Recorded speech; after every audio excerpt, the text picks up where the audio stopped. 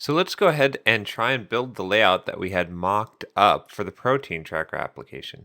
So here you can see I have the mock up here that I had shown you in one of the previous modules of it's very simple UI, but it'll be a good demonstration to show us how to basically construct a simple layout. Now, the first thing that we need to do is figure out how we're going to break this up. Now, there's a lot of different ways that a person could break this up. We could use several linear layouts, nest these together, and there's actually a couple ways that we could do that. We could use relative layouts and specify that this button is below this text box and this text is to the left of this, and so on and so forth. We could actually probably even use a table layout, I think, and make these rows. One of the ways that I usually try to go is with linear layouts because they're just a lot simpler and you don't really scratch your head very much trying to figure out, well, how does this actually work? So what I'm going to do for this is actually visualize this in some linear layouts. So the first thing I'm going to do is think about the main layout being a linear layout that's going to be vertical. So it's going to go down the screen. Then I'm thinking that I'm going to have a linear layout for each one of these essentially rows, and it's going to be horizontal. So it'll have these two elements, and they'll each take up about half of that linear layout. And I'm going to put a blank one here, so there'll be another linear layout right here, and then another linear layout here, and so forth and so on. And I think that'll make a fairly simple way to divide this screen. Like I said, there's no wrong or right way to do this, and I'm not the best UI person, so someone else might have a different opinion on this, but this is how we're going to do it for this demo. So what I have here is inside of our protein tracker application, I've got our main.xml file.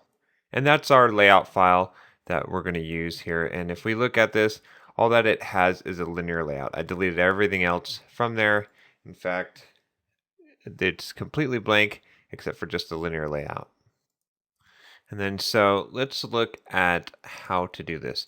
Now, one thing I like to do is to use a combination of the drag and drop editor and the editing the XML file. I find that it's the best way to do it. The fastest way is to not really solely rely on one or the other, but to kind of use them in conjunction. So the first thing that we're going to want to do is add some linear layouts inside of our linear layout. So let me go ahead and pick a linear layout from this list. I'm going to drop it on here. And then we know we're going to have several other ones. And that's already formatting kind of how we want this to go. The next thing that we're going to do is we know that we're going to have a text view here and then an edit text. So let's go ahead and drag those controls in. Let's get our text, okay. And then we're going to grab our edit text. Now those are not formatted correctly. What I'm going to show you how to do here is we want them to take up about half of this for each one so that they'll be nicely aligned. And what you can use is a property called the weight. And what that does is if we tell our controls that we want them both to fill up this space, the weight will determine how much of each control gets of it. So what I'm going to do here is I'm going to give them both a weight of 1, which means that each one will get 50% because they're equally weighted. So let's go ahead, and this is a place where manually the XML makes the most sense to me. When I get into here, I like to hit Control-Shift-F to auto-format. It makes it a little bit easier to work with. So if we look at this, we've got our outer linear layout, we've got the ones that we've created, and this one that we have our text view and our edit text. So let's go ahead and give our text view text. For now, we'll just hard code this to say protein consumed. And then for this edit text, we don't want it to be pre-populated with any text, so I'm going to get rid of that. And then we actually want this layout width not to be a wrap content, but we want it to be fill parent. So it'll take up as much as it can. And the same with this one. And if we don't do this and we specify the weight, it won't work. It'll just, all of it will go to one of them. So we look at here, this does not look right. That's because we don't have any weight assigned. Now, if we go and we give them each equal weight, I'll use this Android. And then if you hold down Control and hit the spacebar, it's going to give you an autocomplete in Eclipse, and this is really nice for finding what you're looking for. In this case, we're looking for layout weight, and we're going to set this equal to 1. And I'm going to copy this and put this on the edit text also. And then what you will see here is that they're about equally weighted here. And actually, let's add that colon after the protein consumed. Now, the text size here is not quite right. So let's increase this text size. And just like we use device independent pixels for specifying widths and heights, for text size, we use a special thing which is scaled pixels, and that's abbreviated SP. So there's actually a property we can use here. We can say Android text size. And I think, if I remember correctly, 16 SP should give us about what we're looking for. And yeah, that's about what we're looking for here.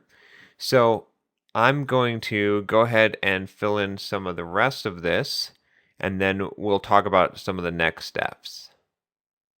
Okay, so I've filled in a lot of the other controls here. I didn't want to bore you with all this typing, but you can see here that I've got these other rows filled in, and I've actually got them formatted how we want. But I left this protein consumed one so that we could together go through this and figure out how do we finish this up. So one thing that you'll notice right off the bat here is that we wanted this to be aligned to the edge, to the right edge here. And we can do that. There's a thing called gravity that we can use to basically make the gravity of this control or the gravity of this view, everything in it go to the right. It'll be as if the gravity were turned to the right, and the text inside here will fall to the right. So let's go ahead and do that. And the way we do that is we can go into this text view, and we can set on this Android gravity, and then we'll set here right. And let's go ahead and look and see what that did. Okay, now you can see that it has fallen to the right, but now we've got a problem. It's too close to this edge here. So that's not a problem. We can use a margin to push it off a little bit. So we just go into here, and we can do Android, and we can do margin, layout margin right, and then we'll specify this in device independent pixels. And let's do 10 DIP. Okay, now you can see it's offset from the center there. So that basically fixes the formatting, and I've done that for all of these controls, and I've put in some sample text here. And then there's one last thing that I wanted to show you that I think is kind of a neat little trick. We wanted to have kind of a horizontal bar across here. And you can see that I have a blank layout here. Well, if I give this a background color and then I make that height be just like a couple pixels, then it's going to give us a nice white little bar. So if we go to this linear layout here, we can actually use an Android built-in color. So I can do Android background equals, and then I'm going to specify the Android namespace here. So I'm going to do @Android color white. And if that's correct, we should see, yeah, you can see here now that the background is white. Now we can set the size of this. If I just make the height be 2 DIP, now you can see we've got a nice little white bar across here. And let's go ahead and run this in the emulator and see what this looks like. And then it's going to launch here, and we should see our screen.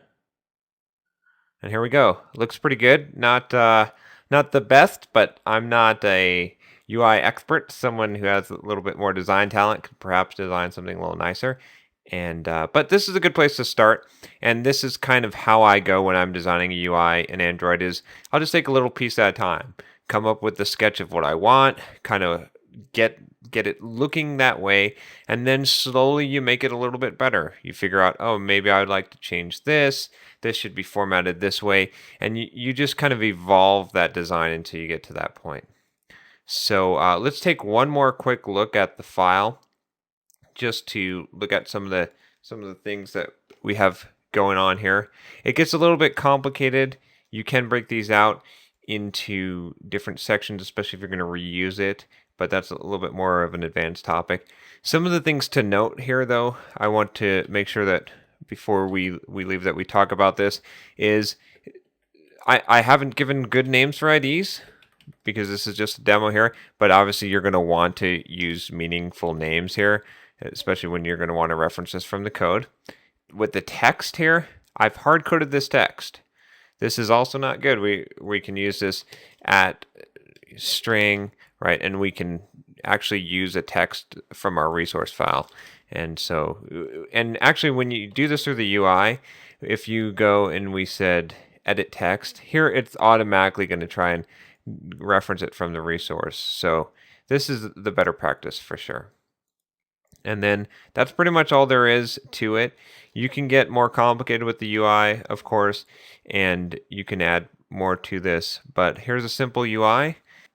And there's actually just one more trick I want to show you that I've been using here, which is I have this little thing turned on that is going to show you the grid of what the borders for the layout is, the outline. That's really nice actually for figuring out what is going on with the layouts, especially when you start having a lot of nested layouts. Using that option really helps a lot. So that's it for the Android UI. Hopefully you've learned enough to be able to create your own Android UI. Obviously we haven't covered all of the properties that are available on the UI elements, but you can look those up on the Android developer site, and it's pretty self-explanatory. If you run into a problem, you can always use that Android developer site as a reference, and you can actually pretty much do anything that you would want to do. It's very extensive as far as all the properties and the things that you can do with the Android UI.